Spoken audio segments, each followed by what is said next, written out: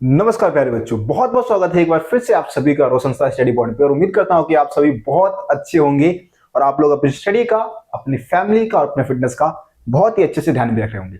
तो प्यारे बच्चों, आज के इस वीडियो में हम क्या समझने वाले हैं? आज के इस वीडियो में हम समझने वाले हैं जो हमारे 11th क्लास हिस्ट्री में चैप्टर नंबर 2 है, इसका नाम है 3 महाद्वीपों में फैला हुआ साम्राज्य। इससे पहले जो लेखन कला और शहरी जीवन है वो आपका चैप्टर नंबर 1 हो गया है नए सिलेबस के अकॉर्डिंग। पुराने सिलेबस में चैप्टर नंबर 2 था और ये चैप्टर नंबर 3 हुआ करता था, लेकिन अब नए सिलेबस में हमारा ये चैप्टर नंबर 2 रहेगा, है ना।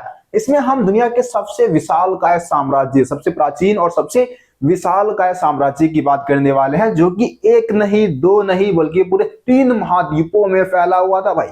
ठीक है, महाद्वीप आप लोग समझते होंगे, महाद्वीप जमीन का एक बहुत बड़ा टुकड़ा होता है जिसमें बहुत सारे देश होते हैं, बहुत सारे देशों को मिला के एक महाद्वीप बनता है। और एक नहीं दो नहीं पूरे 3 महाद्वीपों में फैला हुआ साम्राज्य था भाई। साम्राज्य का क्या नाम था? तो साम्राज्य का नाम था रोमन साम्राज्य। ये पूरा जो चैप्टर है वो रोमन साम्राज्य के ऊपर होने वाला है भाई। लॉन्ग क्वेश्चन आपके एग्जाम में इस चैप्टर से बनते हैं। ये चैप्टर बहुत ज्यादा इंपॉर्टेंट है आप सभी के लिए। वैसे तो सभी चैप्टर है, लेकिन इसमें से पूरे पूरे चांस है कि लॉन्ग क्वेश्चन एक आपका बने ही बने, है ना। तो ध्यान से आपको देखना है। कोशिश यही रहेगी कि एक पार्ट में चैप्टर को खत्म कर दे। अगर एक पार्ट में नहीं होता है तो भाई 2 पार्ट में कर देंगे, कोई दिक्कत नहीं है ना। कम से कम 30 से 40 मिनट की एक वीडियो हम बनाते ही बनाते हैं आप सभी के लिए, ठीक है। तो देखिए ये तो भाई अपना पीपीटी है। पीपीटी में सारी चीजें हमने ऐड कर रखी है। पीपीटी के माध्यम से तो समझेंगे, साथ ही साथ जो चीजें मेरे को जरूरत लगेगी भाई आपको लिखवा के समझाना चाहिए, उसको मैं लिखवा के भी आपको समझाऊंगा। तो मैं ये कोशिश करता हूं कि सबसे पहले हमें ना मैप के माध्यम से लोकेशन को अपने माइंड में बसा लेना चाहिए कि हाँ भैया ये वाला जो एरिया है ये रोमन साम्राज्य का एरिया है। तो चलते हैं अपने मैप में और मैप के थ्रू सबसे पहले हम अपने रोमन साम्राज्य के लोकेशन को देखते हैं कि भैया आखिरकार ये रोमन साम्राज्य कौन सी 3 महाद्वीपों में फैला हुआ था। ठीक है जी, तो यहां हमारा मैप जो है ओपन हो चुका है।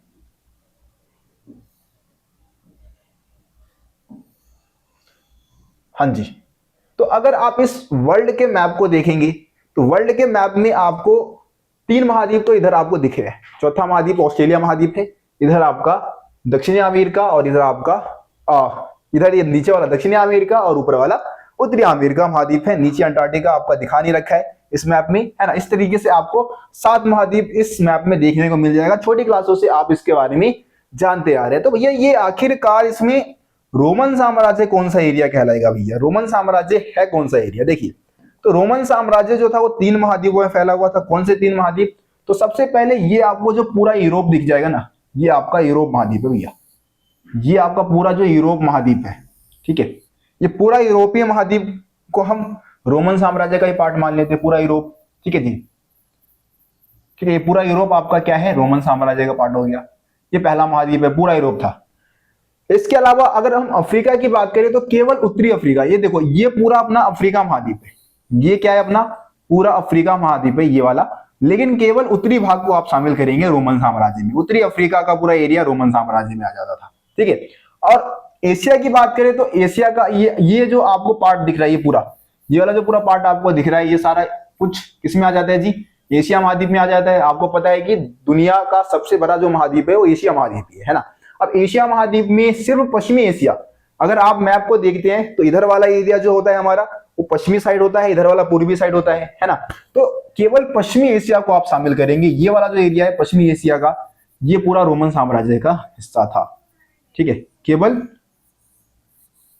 ये पश्चिमी एशिया का पार्ट। तो इस तरीके से रोमन साम्राज्य टोटल कितने महाद्वीपों में फैला हुआ था भाई? 3 महाद्वीपों में, उत्तरी अफ्रीका, यूरोप और पश्चिमी एशिया। ठीक है जी,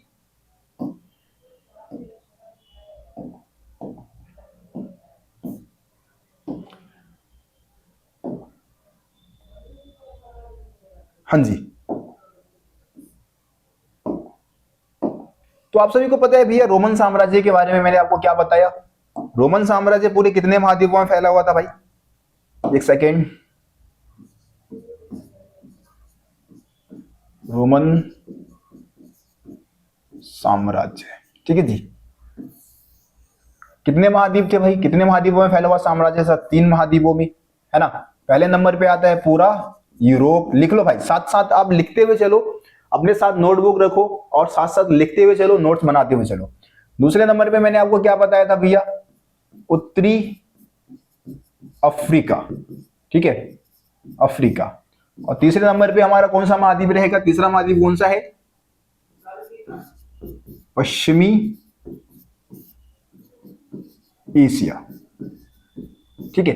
इस तरीके से जो रोमन साम्राज्य था इन 3 महाद्वीपों में फैला हुआ था, ठीक है, और बहुत ही विशालकाय साम्राज्य था। देखो रोमन साम्राज्य के अलावा रोमन साम्राज्य का जो प्रतिद्वंदी हम कह सकते हैं, रोमन साम्राज्य तो विशालकाय था ही था, इसके साथ एक और साम्राज्य है जो कि और मतलब वो भी पावरफुल था, जिसको हम ईरानी साम्राज्य बोल देते हैं, ठीक है जी, ईरानी साम्राज्य। तो ये भी मतलब कम नहीं थे, ये भी बहुत ज्यादा पावरफुल थे। ईरान में, एशिया में ये साम्राज्य जो था वो काफी ज्यादा पावरफुल था। अगर आप रोमन साम्राज्य की भाषा की बात कर लो, भैया यहाँ के लोग किस भाषा का इस्तेमाल करते थे, तो सबसे पहले नंबर पे आता था लातिनी, ठीक है जी, लातिनी भाषा हो गया। और दूसरे नंबर पे आता है यूनानी, यानी कि ग्रीक, ठीक है, ठीक है। तो इस तरीके से 2 भाषा का इस्तेमाल यहाँ के लोग करते थे, लातिनी और यूनानी। देखो इन दोनों साम्राज्य को अलग करने वाली जो भूमि थी वो फरात नदी थी, मतलब जो फरात नदी है ना, फरात नदी ही रोमन साम्राज्य और ईरान साम्राज्य को अलग करती थी। तो उम्मीद करता हूं कि आप लोग समझ चुके होंगे रोमन साम्राज्य कितने महाद्वीपों में फैला हुआ था, 3 महाद्वीप में, यूरोप, उत्तरी अफ्रीका और पश्चिमी एशिया, है ना। रोमन साम्राज्य के अलावा इसका प्रतिद्वंदी कौन सा साम्राज्य था, कॉम्पिटिटर, मतलब जो कि मतलब पावरफुल साम्राज्य था, तो ईरानी साम्राज्य था। साथ ही साथ यहाँ की भाषा की बात करें तो लातिनी और यूनानी, इन 2 भाषाओं का इस्तेमाल यहाँ के लोग करते थे, ठीक है। और रोमन साम्राज्य और ईरानी साम्राज्य को अलग कर किस नदी, कौन सी नदी करती थी, तो फरात नदी किया करती थी। उम्मीद करता हूं आप लोग रोमन साम्राज्य के बारे में ये सारी चीजें समझ चुके होंगे। देखो रोमन साम्राज्य के बारे में एक और चीज जान लो, रोमन साम्राज्य का विभाजन। तो रोमन साम्राज्य के अगर हम विभाजन की बात करें, मतलब समय काल के आधार पे,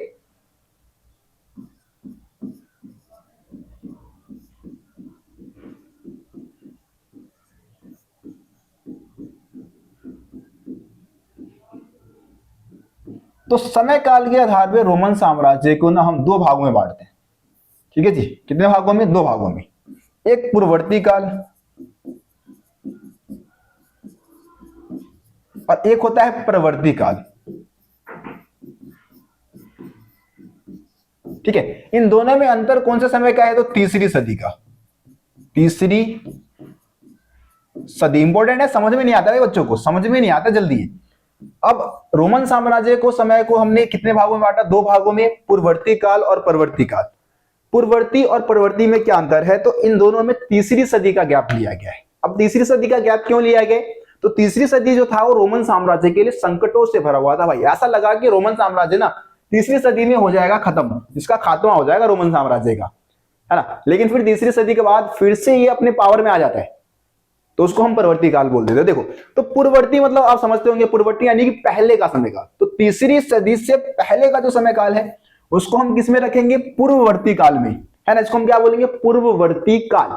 और तीसरी सदी के बाद का जो समय काल है, तीसरी सदी से लगभग 7वीं सदी का समय काल ये माना जाता है, ठीक है। 7वीं सदी आते आते तो रोमन साम्राज्य का पतन हो जाता है, खात्मा हो जाता है। तो तीसरी सदी के बाद का जो भी समय काल रहा रोमन साम्राज्य में, उसको परवर्ती काल कहा गया। क्या कहा गया जी, परवर्ती काल कहा गया। उम्मीद करता हूं आप सभी इसको भी समझ चुके होंगे, ठीक है।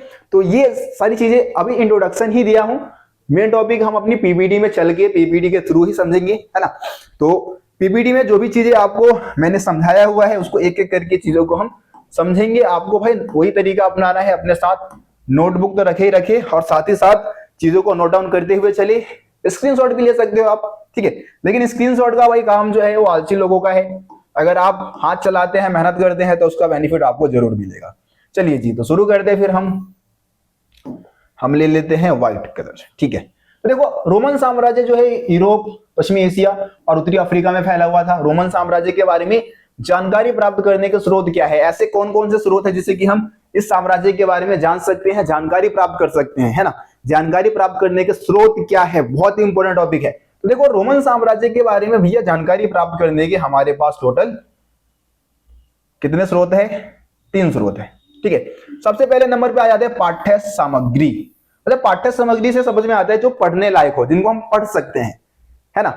तो पाठ्य सामग्री भी बहुत महत्वपूर्ण स्रोत है जिससे कि हम रोमन साम्राज्य के बारे में जानकारी जुटा सकते हैं। अब पाठ्य सामग्री में क्या क्या शामिल करते हैं, तो उस समय के लोगों ने जो भी पत्र लिखे होंगे, है ना, कोई व्याख्यान लिखा होगा, किसी चीज की व्याख्या की होगी तो व्याख्यान लिखा होगा, प्रवचन दिया होगा उसको भी रिटर्न में लिखा गया होगा।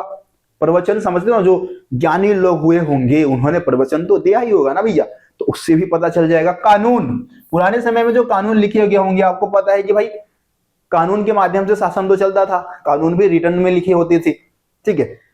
तो इन सभी चीजों को हम किस में शामिल कर देते हैं जी, पाठ्य सामग्री में शामिल कर देते हैं। जैसे कि पत्र है, व्याख्यान है, प्रवचन है, कानून है, एक यात्रा वृत्तांत भी लिख सकते हो, यात्रा वृत्तांत। अच्छा जी, यात्रा वृत्तांत क्या होता है, तो पुराने समय में लोग यात्रा करते थे, यात्रा के दौरान जिन चीजों को देखते थे उसको अपने वृत्तांत में, अपने ग्रंथ में लिखा करते थे, अपने किसी मतलब नोटबुक में लिख लिया तो उसको हम क्या बोल देते थे, यात्रा वृत्तांत, है ना। अपनी यात्रा के दौरान यात्रियों ने जो कुछ भी लिखा उसको यात्रा वृत्तांत बोलेंगे। तो यात्रा वृत्तांत भी पाठ्य सामग्री का ही पार्ट माना जाता है। एक होता है वर्ष वृत्तांत, ठीक है।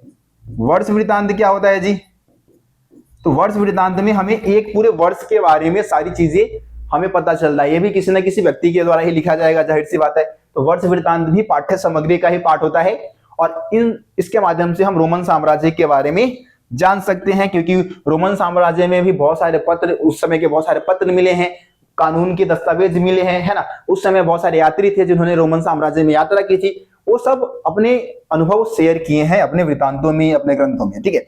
दूसरा स्रोत क्या है, दस्तावेज। दस्तावेज या लिखित दस्तावेज हम बोल देते हैं, है ना। तो दस्तावेज जो कि मोटी किताबों के तौर पे लिखे जाते हैं उनको हम क्या बोलते हैं, दस्तावेज बोलते हैं, ठीक है।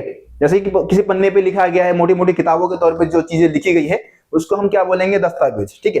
तो दस्तावेज में वैसे यहाँ पे रोमन साम्राज्य के हिसाब से दस्तावेजों में क्या लिखा है हमने, वैसे अभिलेख को हम अगर दस्तावेज में शामिल नहीं करेंगे तो भी चलेगा, क्योंकि अभिलेख जमीन के नीचे से ही प्राप्त हो जाते हैं, भौतिक अवशेष के तौर पे भी मिल जाते हैं, तो इसको अगर आप इसमें नहीं भी लिखोगे तो चलेगा, लेकिन कोई नहीं, आप दस्तावेज में ही लिख सकते हैं अभिलेख को। तो पत्थर पे लिखे गए जो भी शब्द है ना, शिलालेख है या फिर पांडुलिपियां। देखो दस्तावेज का सबसे बढ़िया एग्जाम्पल पांडुलिपियां होती है, पांडुलिपियां जो कि मोटी किताबों के तौर पे लिखी गई होती है ना। इसमें से सबसे बढ़िया एग्जाम्पल आप क्या दे सकते हो, जो पेपायरस के पत्र पे जो लिखे जाते थे। ओहो, यहाँ पे एग्जाम्पल नहीं दे रखा, मैं बता देता हूं आपको। रोमन साम्राज्य में जो दस्तावेज लिखे जाते थे, ठीक है, रोमन साम्राज्य में जो दस्तावेज लिखे जाते थे वो किस पे लिखे जाते थे जी, पेपायरस के पत्तों पर, ठीक है। अब पेपायरस क्या था, पेपायरस क्या था, तो पेपायरस एक सरकंडे जैसा पौधा होता था। क्या होता था, सरकंडे जैसा पौधा, जो कि मिस्र में उगता था भैया। कहां उगता था वो, ये मिस्र में उगता था, नील नदी के किनारे, नील नदी के किनारे, ठीक है। मिस्र में नील नदी के किनारे ये पेपायरस का जो पौधा था उगता था, और पेपायरस के पत्तों पे ही रोमन वासी क्या करते थे, अपने दस्तावेज लिखा करते थे। तो बहुत सारे विद्वान हुए जो कि पेपायरस के पत्तों पे जो शब्द लिखे हुए हैं उसका विश्लेषण करते हैं, उसका अध्ययन करते हैं, उनको हम क्या बोलते हैं, पेपायरस शास्त्री बोलते हैं, ठीक है। याद रखना भाई, पेपर में आ सकता है। पेपायरस शास्त्री कौन होते हैं, जैसे कि अर्थशास्त्री होते हैं, तो अर्थशास्त्री अर्थव्यवस्था का अध्ययन करते हैं, अर्थव्यवस्था में जो भी घटित हो रही है उसका अध्ययन करते हैं।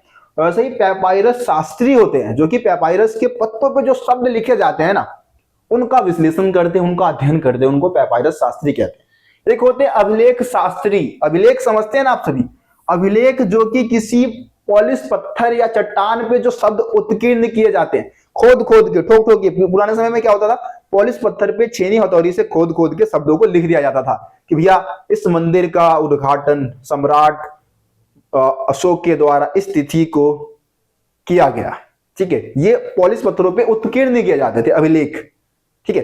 तो अभिलेख का अध्ययन करने वाले को अभिलेख शास्त्री बोलते हैं। पेपायरस के पत्तों पे लिखे शब्दों का अध्ययन करने वाले को पेपायरस शास्त्री बोलते हैं।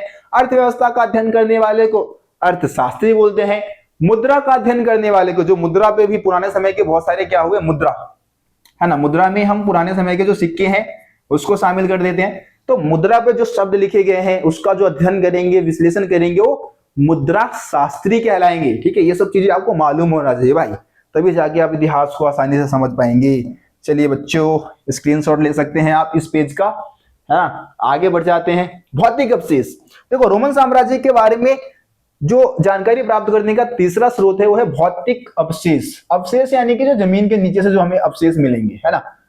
भौतिक अवशेष में हम उन चीजों को शामिल करते हैं जो कि जमीन के नीचे से हमें खुदाई के दौरान, खनन के दौरान मिले हैं। अब क्या चीजें हैं भैया, तो देखो इसमें पुरातत्वविदों द्वारा खुदाई के समय जो भी चीजें मिलती है, जैसे कि मिट्टी के बर्तन है ना, सिक्के है, औजार है, आभूषण है, मनके हैं, ईंटें है, बहुत सारी चीजें जो भी जमीन के नीचे से मिलेगा, सब अस्थियां हो सकती है ना। अस्थियों के माध्यम से भी, जो कंकाल होते हैं उनके माध्यम से भी इतिहास के बारे में पता लगता है। तो ये सब किस में आ जाते हैं जी, भौतिक अवशेष में ही आ जाते हैं। बहुत सारे एग्जांपल आप इसमें दे सकते हो, यहाँ पे हमने बस 2 एग्जांपल दिया है, आप अपने तरफ से बहुत सारे एग्जांपल लिख सकते हो, क्योंकि आप लोग भाई रोशन शाह स्टडी पॉइंट से स्टडी कर रहे हो, अपना दिमाग तो लगाओगे ही लगाओगे ना, सिर्फ रटा रटा आंसर तो नहीं लिखोगे, अपना दिमाग पूरा इस्तेमाल में लाओगे जब जाके आंसर आप तैयार करोगे। ठीक है, चलिए जी आगे बढ़ते हैं। अगला टॉपिक है हमारा, मतलब इसी में वही जो बातें मैंने आपको बताया कि रोमन साम्राज्य को हम 2 चरणों में बांटकर स्टडी करते हैं, 2 भागों में बांटकर स्टडी करते हैं, पूर्ववर्ती काल और परवर्ती काल। परवर्ती काल दोनों में अंतर मैंने बता दिया। ये जो समय काल है वो 3री सदी से पहले का है, ये जो समय काल है वो 3री सदी के बाद का है। ठीक है, यहाँ पे वही बातें बता रखी है, यही चीजें बता रखी है। देखो नीचे वाले पॉइंट में भी यही सारी चीजें बता रखी है, स्क्रीनशॉट ले लो और इसको पढ़ लेना। ठीक है, इस पेज पे पूर्ववर्ती और परवर्ती काल के बारे में ही बता रखा है, उन दोनों में अंतर बता रखा है। चलिए जी, अगला टॉपिक आ चुका है, बहुत ही मजेदार, बहुत ही इंपॉर्टेंट। क्या है हमारा टॉपिक जी, रोमन साम्राज्य में गणतंत्र या फिर रिपब्लिक का मतलब क्या था। देखो जी, हम तो भाई रिपब्लिक डे, गणतंत्र दिवस कब मनाते हैं, 26 जनवरी को मनाते हैं भैया। इंडिया में 26 जनवरी को मनाया जाता है। अब हमारे लिए तो गणतंत्र का मतलब है कि भाई हमारे देश में ना हमारा शासन है और संविधान के माध्यम से शासन चलता है, हमारे लोगों द्वारा बनाए गए जो नियम है उसी को हमने लागू कर रखा है ना। जो संविधान है हमारा, इंडिया का संविधान है, इंडियन लोगों ने बनाया है, तो हमारे नियम कायदे यहाँ पे चलते। यही हमारे लिए क्या है, गणतंत्र का मतलब है, रिपब्लिक का मतलब है। ठीक है जी, तो हम एक गणतंत्र देश है। लेकिन रोमन साम्राज्य के लिए यहाँ पे गणतंत्र का मतलब कुछ अलग है। ठीक है, क्या था रोमन साम्राज्य के लिए गणतंत्र का मतलब यानी कि रिपब्लिक का मतलब, तो देखो इस साम्राज्य में गणतंत्र या फिर रिपब्लिक एक ऐसी शासन व्यवस्था थी, है ना, एक ऐसी शासन व्यवस्था थी जिसमें वास्तविक सत्ता सेनेट के हाथों में होता था। देखो जी, बहुत ही इंपॉर्टेंट लाइन है, वास्तविक सत्ता किसके हाथों में, सेनेट के हाथों में। अब भैया सेनेट कौन है, धनी लोगों का समूह। जो रोमन साम्राज्य में धनी वर्ग है, धनी वर्ग का जो समूह है उसको सेनेट कहते थे। अब सेनेट बहुत पावरफुल होते थे भैया। तो गणतंत्र जब था रोमन साम्राज्य, लगभग 509 से लेके, आगे लिखा भी है 509 से लेके 27 ईसा पूर्व तक रोमन साम्राज्य रहा गणतंत्र। और इस समय काल में क्या होता था कि सेनेट का शासन होता था। सेनेट अपने अपने एरियाओं पे क्या करते थे, अपना राज चलाते थे, अपनी शासन व्यवस्था को कंट्रोल में रखते थे। देखो आगे क्या लिखा है कि सेनेट में धनवान परिवार के एक छोटे से समूह का बोलवाला था। इस वर्ग में धनवान समूह ही होते थे, जिन्हें आप अभिजात भी कहते हैं, अभिजात वर्ग ही कहते हैं। व्यवहारिक तौर पर गणतंत्र अभिजात वर्ग की सरकार का शासन सेनेट नामक संस्था के माध्यम से चलता था, है ना जी। तो रिपब्लिक यानी गणतंत्र के समय काल में पूरी तरीके से शासन व्यवस्था को सेनेट लोग चलाते थे, यानी कि जो अमीर लोग थे, जो धनी लोग थे, वो चलाया करते थे भैया। अब देखो आगे क्या लिखा है कि भैया रोमन साम्राज्य जो है ना, गणतंत्र कब तक रहा, 509 से लेके 27 ईसा पूर्व तक गणतंत्र रहा। लेकिन 27 ईसा पूर्व में हो गया तख्ता पलट, क्योंकि इस समय आ गए हमारे सुपरस्टार। कौन से सुपरस्टार, सम्राट ऑगस्टस। नाम याद रखना, सम्राट ऑगस्टस। देखो आगे क्या लिखा है कि 27 ईसा पूर्व में जूलियस सीजर, यहाँ पे सोजर हो गया है, मिसप्रिंट हो गया, जूलियस सीजर होगा। क्या होगा जी, जूलियस सीजर। जूलियस सीजर का एक दत्तक पुत्र था। दत्तक पुत्र का मतलब क्या होता है, गोद लिया हुआ पुत्र, सगा पुत्र नहीं बल्कि गोद लिया हुआ पुत्र, है ना। तो जो ऑगस्टस जो था वो जूलियस सीजर का दत्तक पुत्र था। और वो उसका उत्तराधिकारी बना। मतलब कि जूलियस सीजर के बाद सम्राट बना, कौन बना? ऑक्टेवियन, या जिसको हम ऑगस्टस बोल देते हैं। तो ऑगस्टस का दूसरा नाम क्या है भाई? ऑक्टेवियन। ये भी याद रखना भाई, इंपॉर्टेंट है, एमसीक्यू में आता है। ऑगस्टस का दूसरा नाम क्या है? ऑक्टेवियन, है ना। ऑक्टेवियन ने क्या किया? तख्ता पलट कर दिया और सत्ता अपने हाथों में ले लिया, और ऑगस्टस नाम से रोमन का सम्राट बन गया, रोम का सम्राट बन गया भाई। ठीक है, तो सीनेट का जो शासन था उसको खत्म किसने किया? सम्राट ऑगस्टस ने किया, है ना। पहले सम्राट ऊपर नहीं होते थे, सम्राट से भी ऊपर सीनेट हुआ करता था, मतलब सेनेट हुआ करते थे। सीनेट क्या है? सेनेट हुआ करते थे, ठीक है। लेकिन बाद में ऑगस्टस ने क्या किया? सम्राट को सर्वोपरि कर दिया भाई। अब सबसे ऊपर का पोस्ट किसका हो गया? सम्राट का। सम्राट के नीचे आ गए सेनेट। और ये परिवर्तन कब हुआ? ये परिवर्तन हुआ 27 ईसा पूर्व में, ठीक है। आगे देखो, सेनेट की सदस्यता जीवन भर चलती थी और उनके लिए जन्म की उपेक्षा धन और पद प्रतिष्ठा को अधिक महत्व दिया जाता था। तो सेनेट का पद किस बात पर निर्भर करता था? कि किसी व्यक्ति के पास कितना ज्यादा धन दौलत है। जन्म पे निर्भर नहीं करता था। जो अमीर बन गया वो सेनेट वर्ग में शामिल हो जाता था। ऑगस्टस ने 27 ईसा पूर्व में जो राज्य स्थापित किया उसको प्रिंसिपेट कहा जाता है। तो देखो, सम्राट ऑगस्टस ने सेनेट के शासन को खत्म करके 27 ईसा पूर्व में क्या किया? जो एक राज्य स्थापित किया, जो साम्राज्य स्थापित किया, उसको क्या कहा गया? प्रिंसिपेट, ठीक है।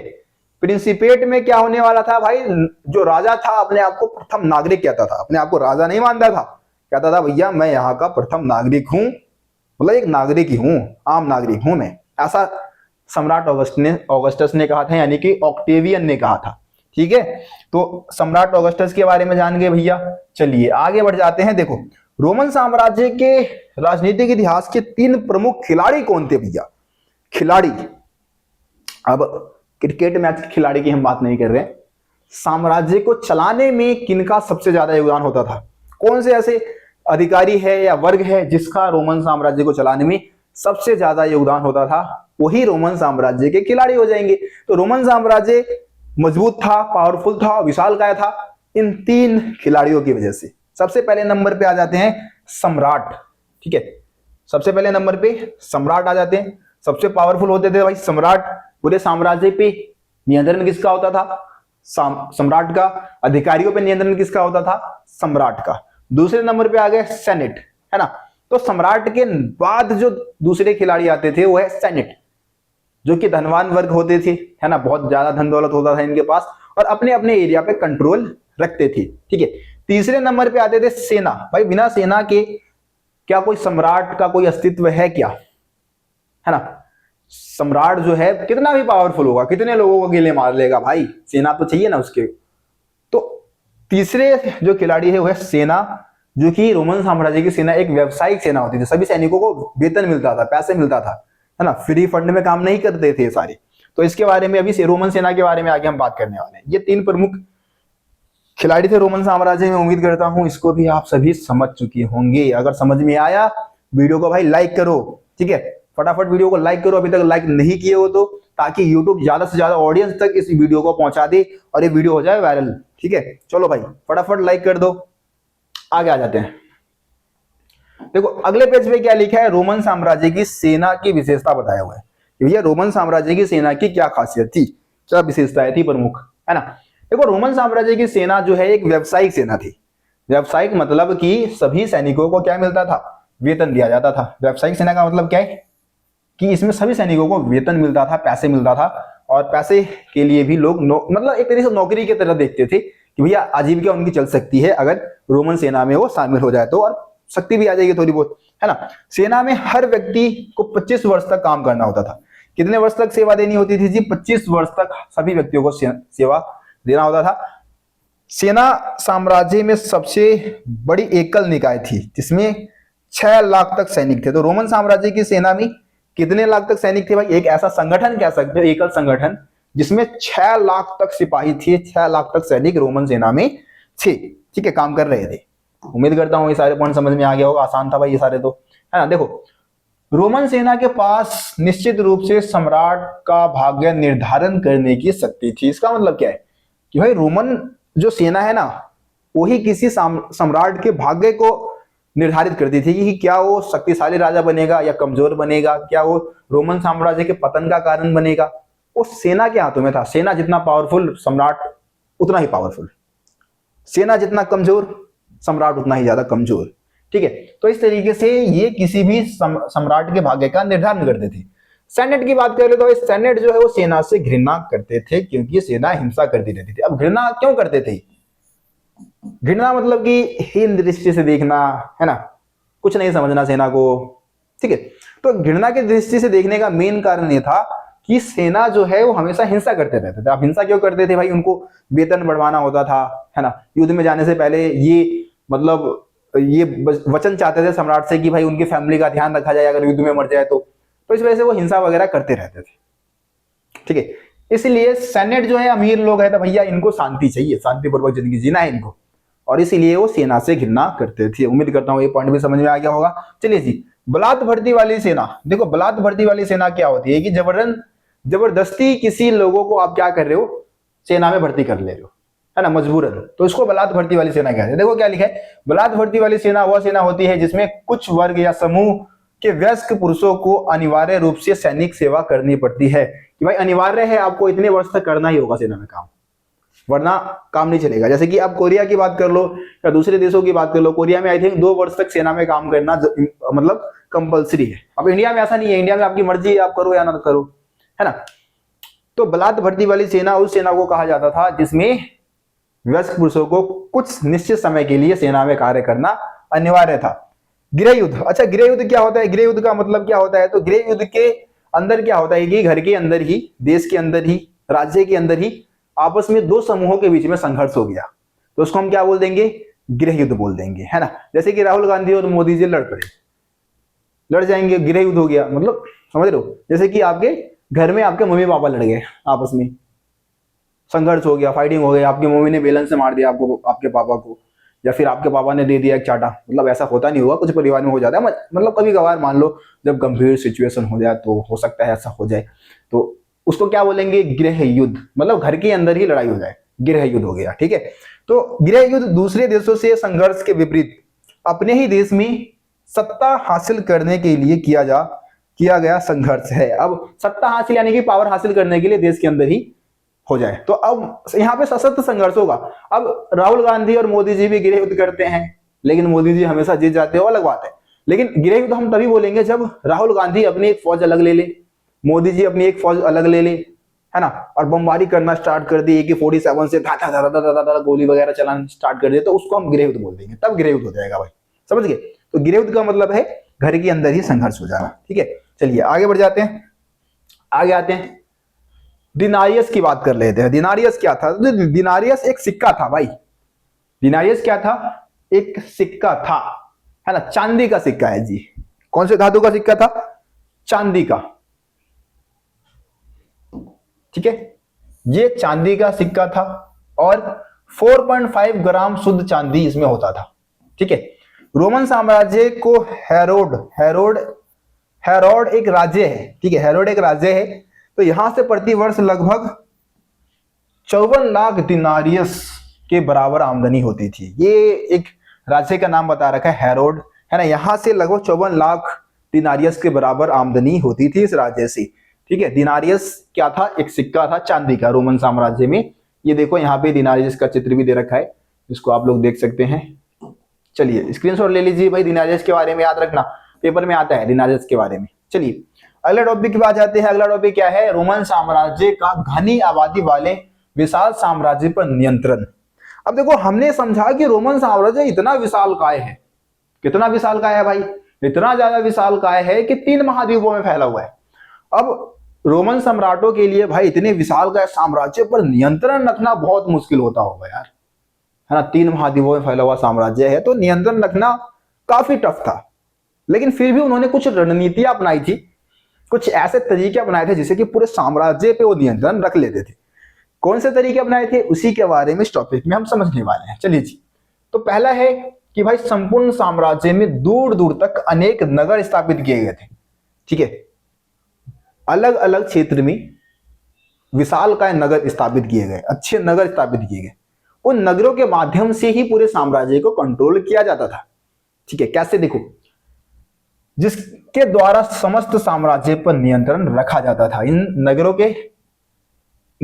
के माध्यम से ही पूरे साम्राज्य पे कंट्रोल रखा गया। भूमध्य सागर के तटों पर स्थापित बड़े शहरी केंद्र जैसे कि सिकंदरिया है, एक आपका प्रमुख शहर था, सिकंदरिया हो गया, है ना, एंटीओक हो गया, ये साम्राज्य पर नियंत्रण रखने के मूल आधार थे। सिकंदरिया जैसे शहर है, एंटीओक जैसे शहर है, ये मुख्य शहर थे जिनके माध्यम से साम्राज्य पर नियंत्रण रखा जाता था।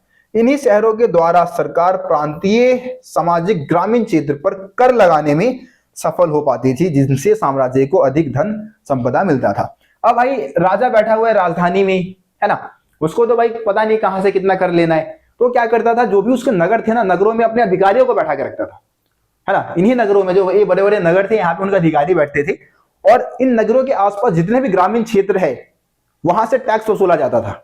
इन नगरों के माध्यम से ही सभी ग्रामीण क्षेत्रों से क्या वसूल लिया, टैक्स वसूल लिया, और उस टैक्स से ही बहुत आमदनी हो जाती थी भैया, फायदा मुनाफा हो जाता था। ठीक है, चलिए आगे बढ़ जाते हैं, आगे बढ़ जाते हैं। हाँ देखो, स्थानीय उच्च वर्ग के लोग कर वसूल करने और अपने क्षेत्र के प्रशासन के कार्य में सक्रिय सहायता करते थे। यानी कि उच्च वर्ग, यानी कि वही भी यहाँ पे सेनेट की बात कर लो आप, ठीक है, जो सेनेट है, तो क्योंकि सम्राट जो है, सम्राट ऑगस्टस ने क्या किया, सम्राट के पद को सबसे ऊपर कर दिया, सेनेट नीचे आ गए, तो ये जो सेनेट थे, उच्च वर्ग थे, यही क्या करते थे, इन नगरों पे इनका ही नियंत्रण होता था, और कहीं ना कहीं जो भी टैक्स है वो वसूलना, इन एरियाओं पे शासन व्यवस्था को चलाना, छोटे एरियाओं में शासन व्यवस्था को चलाने का काम कौन करते थे, ये उच्च वर्ग ही किया करते थे। जो अमीर लोग थे वही करते थे। तो अमीर लोगों ने बहुत सपोर्ट किया इस साम्राज्य को सुचारू रूप से चलाने के लिए। ठीक है जी, चलिए अब आ गया है भाई इस चैप्टर का सबसे ज्यादा important topic, most important topic, हर बार पूछा जाता है, बार बार पूछा जाता है।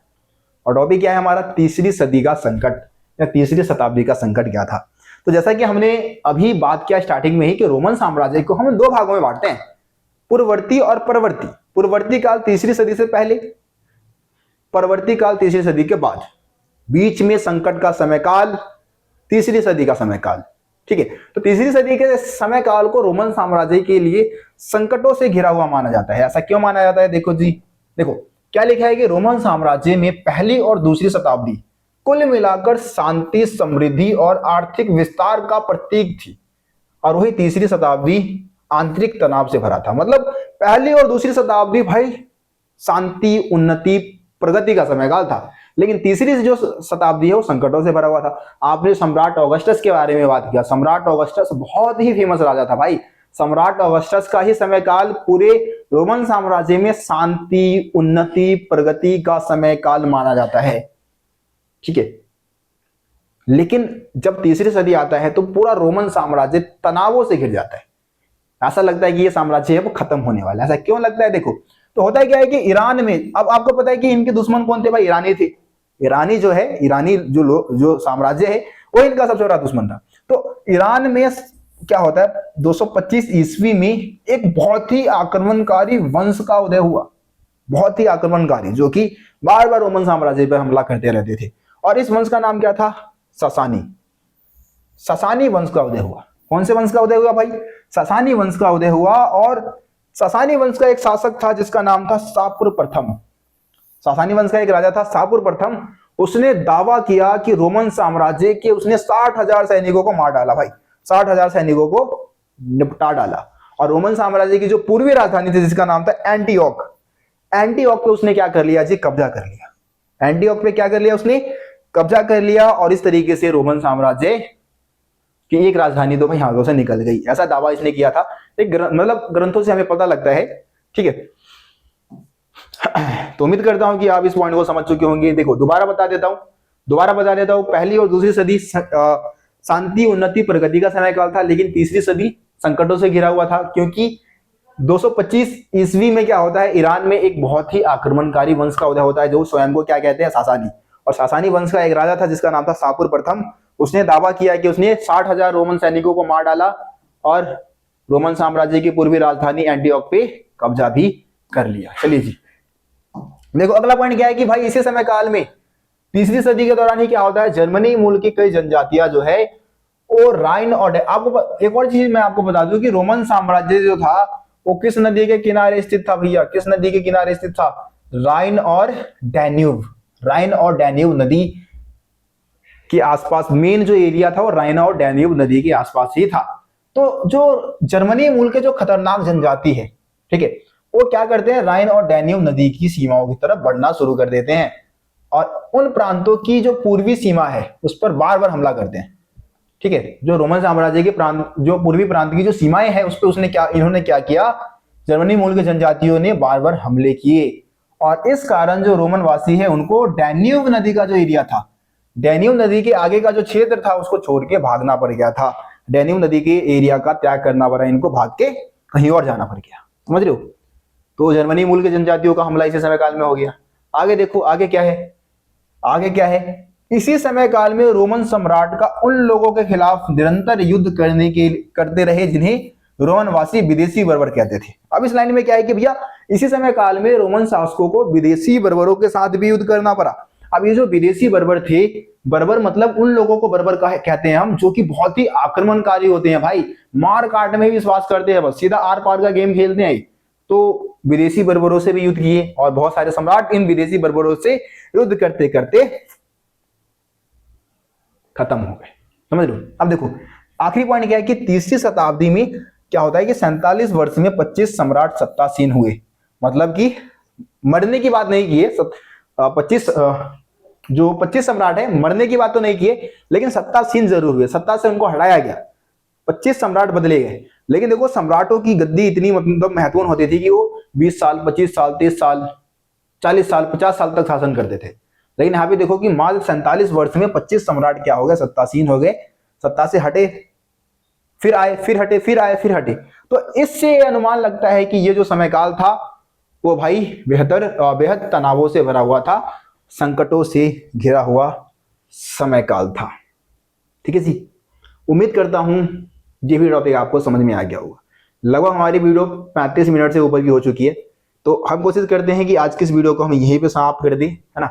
आगे जो आएगा वो रोमन समाज की विशेषता, रोमन साम्राज्य की आर्थिक विशेषताएं, रोमन समाज की सामाजिक श्रेणियां कितनी थी, रोमन साम्राज्य के पतन के क्या कारण थे, है ना, रोमन साम्राज्य की दास व्यवस्था कैसी थी, इन सब चीजों के बारे में हम सेकेंड पार्ट में समझेंगे।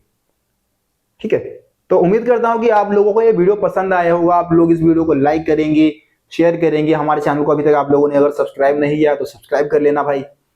ठीक है, बस इतना ही उम्मीद है आप लोगों से कि आप लोग ये काम जरूर कर देंगे और अगली वीडियो का इंतजार करें भाई।